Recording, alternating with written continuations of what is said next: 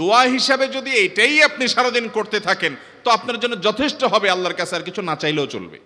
আমার জীবনে বহুবার এমন হয়েছে, বহুবার এমন এমন বিপদ যে দেয়ালে পিঠ ঠেকে গেছে, এখান থেকে উদ্ধারের কোনো পথ আর চোখের সামনে দেখা যাচ্ছে না। আমি এই আমলটি প্রতি নিঃশ্বাসে নিঃশ্বাসে বাস কন্টিনিউয়াসলি করে গেছি, এমন ভাবে অলৌকিক ভাবে উদ্ধার করেছেন যে আমার কল্পনায়ও আসে না যে এখান থেকে এভাবে হেল্প হতে পারে। সূরা মুলক আল্লাহ রাব্বুল আলামিন আমাদের জীবনের উদ্দেশ্য বলতে গিয়ে, বাতলাতে গিয়ে বলেছেন, আল্লাযী খালাকাল মাউতা ওয়াল হায়াতা লিয়াবলুয়াকুম আইয়ুকুম আহসানু আমালা। আল্লাহ বলেন নাই আইয়ুকুম আকসারু আমালা, তোমাদের মধ্যে কে বেশি আমল করে এটা আমি দেখতে চাই, এই জন্য তোমাদেরকে দুনিয়াতে পাঠাইছি। আল্লাহ সেটা বলেন নাই।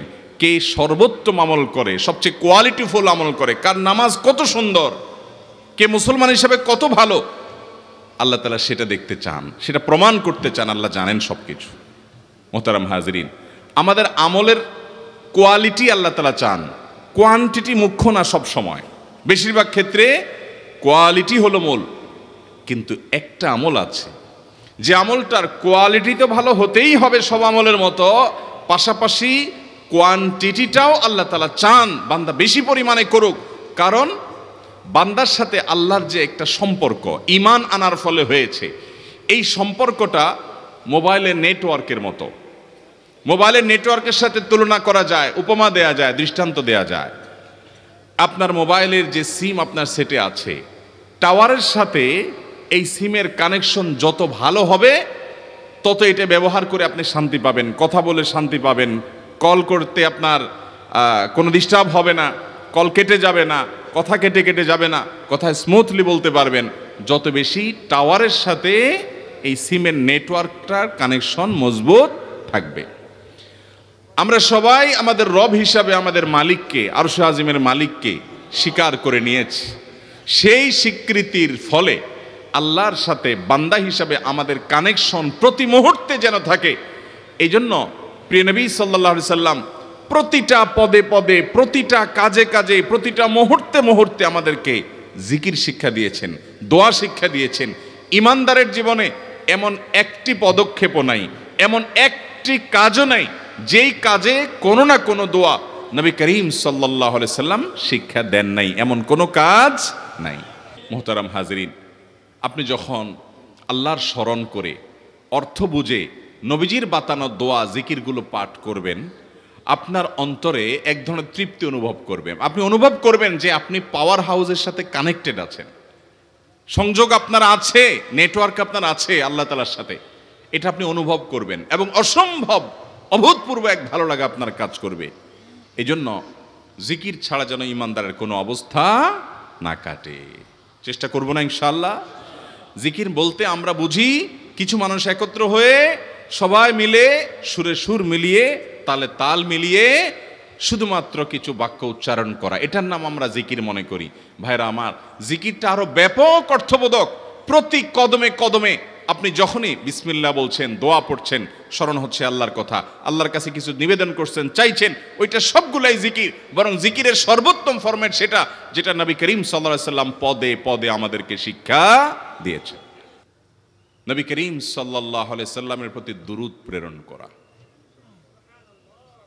নবীজি সাল্লাল্লাহু আলাইহি সাল্লামের প্রতি দুরূদ প্রেরণ করার আমল এরকম আমল, আপনি যদি সারা দিনে শুধুমাত্র নবীজির প্রতি দরুদ প্রেরণ করার আমলটাই জিকির হিসাবে সবচেয়ে বেশি করেন, দোয়া হিসাবে যদি এটাই আপনি সারাদিন করতে থাকেন তো আপনার জন্য যথেষ্ট হবে, আল্লাহর কাছে আর কিছু না চাইলেও চলবে। আর কিছু না চাইলেও চলবে। দুরুদ মানে হলো নবীজির জন্য দোয়া করা। ভাই, আল্লাহ তার হাবিবকে রহম করবেন, আপনার আমার দোয়ার দিকে আল্লাহর তাকানোর কোনো ঠেকা আছে? নবীজি কি আমাদের দোয়ার কোনো মুখাপেক্ষী? কিন্তু আমরা তার জন্য দোয়া করলে ওই চান্সে আল্লাহ তাআলা আমাদের প্রতি অনুগ্রহ করবেন। একবার না, আপনি নবীজির প্রতি একবার রহমতের দোয়া করবেন, একবার দুরূদ পাঠ করবেন। মান সাল্লা আলাইয়া মাররাতান সাল্লাল্লাহু আলাইহি আশারা, নবীজি সাল্লাল্লাহু আলাইহি সাল্লাম বলেছেন, একবার আমার জন্য তোমরা দোয়া করলে, আমার প্রতি দুরূদ পাঠ করলে, আল্লাহ তাআলা তোমাদের জীবনে 10 বার 10 জায়গায় 10 টাইমস তোমাদের উপরে আল্লাহ তাআলা অনুগ্রহ করবেন। আপনি টেরও পাবেন না কত জায়গায় আল্লাহ অনুগ্রহ করেছেন, আল্লাহ বাঁচাই দিয়েছেন, একটুর জন্য শেষ হয়ে যান নাই। ওই যে দুরূদ পড়ছেন, আল্লাহ তাআলা রক্ষা করছে, আপনি খবরও নাই। আল্লাহ তাআলা আপনার প্রতি বিশাল একটা দান করছে, আপনি লক্ষ্য করেন নাই। ওই যে দুরূদ পড়ছেন একবার 10বার রহমত হবে। এভাবে যত দুরূদ পড়বে সে তত রহমত এবং অনুগ্রহ পাবে। এক সাহাবী বলেছেন, ইয়া রাসূলুল্লাহ, আমি আমার দোয়ার কত অংশ আপনার জন্য রিজার্ভ রাখবো? আমি তো আল্লাহর কাছে অনেক কিছু চাইবো, অনেক কিছু নিবেদন করব, আপনার জন্য যেন আল্লাহ রহমত নাজিল করে, এটাই হলো দুরূদ। এই দুরূদটা আমি কি পরিমাণ রাখবো? 4 ভাগের 1 ভাগ, 3 ভাগের 1 ভাগ, অর্ধেক? এরপরে সাহাবী বলছেন, আসলে যদি সবগুলোই করি, উনি এক একটা পার্সেন্টেজ বলছেন, আর নবী করিম সাল্লাল্লাহু আলাইহি সাল্লাম বলছেন যে, তাকে বোঝাচ্ছেন যে আরো বেশি করতে পারলে ভালো হয়। তো সাহাবী বাড়াইতে বাড়াইতে শেষ পর্যন্ত বলেন যে, আমার দোয়া যদি সবগুলো আপনার জন্য করি, আমি যদি আর কোনো দোয়া না করি, শুধু আপনার জন্যই দোয়া করি, নবী করিম সাল্লাল্লাহু আলাইহি সাল্লাম তাকে সুসংবাদ দিলেন যে তাহলে তোমার আর কোনো সমস্যা থাকবে না, সব সমস্যা দূর হয়ে যাবে, তোমার কোনো পেরেশানি থাকবে না। ভাইরা আমার, দুরুদের আমল এমন একটা আমল যে আপনার জীবনে কোনো বিপদ, কোনো মুসিবত, কোনো পেরেশানি, কোনো সমস্যা দেখা দিয়েছে, আপনি যদি দুরুদ পড়তে থাকেন, কোনো কিছু মনে আসছে না, অনেক সময় ছাত্র জিজ্ঞেস করে, ভাই পরীক্ষার হলে পড়া ভুলে গেছি, কি করব? আমি কি দুরুদ পড়া শুরু করেন। আরবদেরকে দেখা যায় কোনো কিছু ভুলে গেলে তারা বলে আল্লাহুম্মা সাল্লি আলা মুহাম্মদ, আল্লাহুম্মা সাল্লি আলা মুহাম্মদ, এটা শুরু করে তারা। কারণ নবী করিম সাল্লাল্লাহু আলাইহি সাল্লাম এর হাদিস থেকে স্পষ্টভাবে, একটি নয় বহু হাদিস থেকে প্রমাণিত, যে ব্যক্তি দুরূদটা নিয়মিত পাঠ করবে, সালাত আলা নবীটাকে যে ব্যক্তি আঁকড়ে ধরবে, সব সময় তার মুখ থেকে সালাত সালাত সালাম চলতে থাকে, এই ব্যক্তির সকল গুনাহ আল্লাহ মাফ করে দিবেন, সকল পেরেশানি আল্লাহ তাআলা মুক্ত করে দিবেন। ভাইরা আমার, দুরূদের আমলটা এত গুরুত্বপূর্ণ আমল, এটা আমরা করি এখন। অনেকে আছেন যে আনুষ্ঠানিকতা যখন থাকে দুরুদের, মিলাদের, তখন একটু সালাত আলান নবী যেভাবেই করেন।